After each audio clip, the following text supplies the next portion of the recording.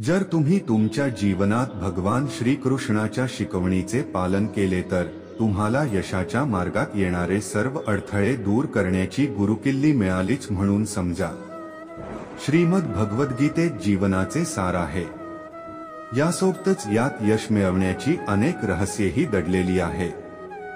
महाभारताच्या युद्धात भगवान श्रीकृष्णाने अर्जुनाला गीतेची शिकवण सांगितली, ज्यामुळे पांडवांना कौरव सैन्याचा पराभव करण्यात यश आले।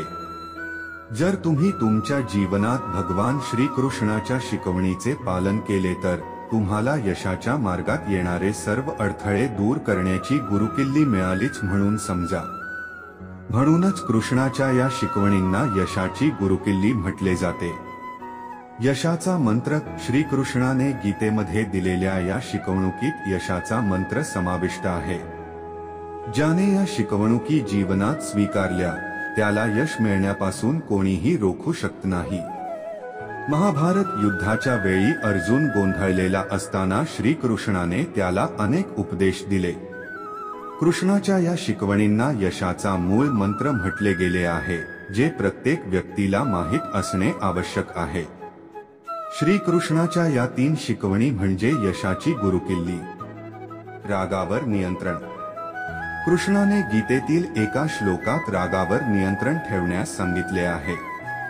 याचे कारण म्हणजे जेव्हा एखादी व्यक्ती रागात असते तेव्हा तो गोंधळून जाऊ शकते, कारण रागामुळे गोंधळ निर्माण होतो।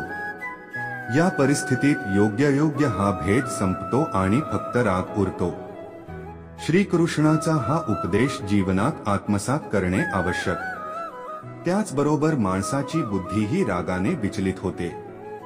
सध्याच्या काळातही यश मिळवायचे असेल तर श्रीकृष्णाचा हा उपदेश जीवनात आत्मसात करणे आवश्यक आहे।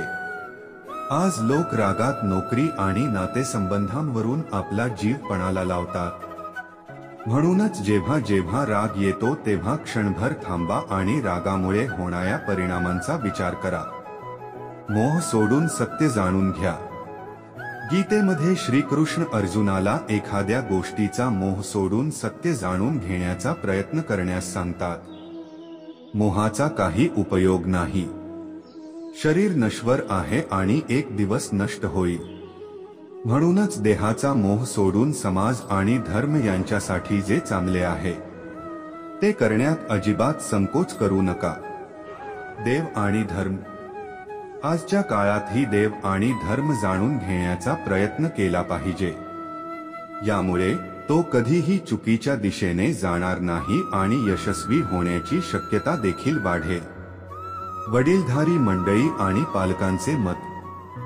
गीतेमध्ये कृष्ण अर्जुनाला सांगतात की जीवनात एखाद्याने अनुभवातून शिकले पाहिजे।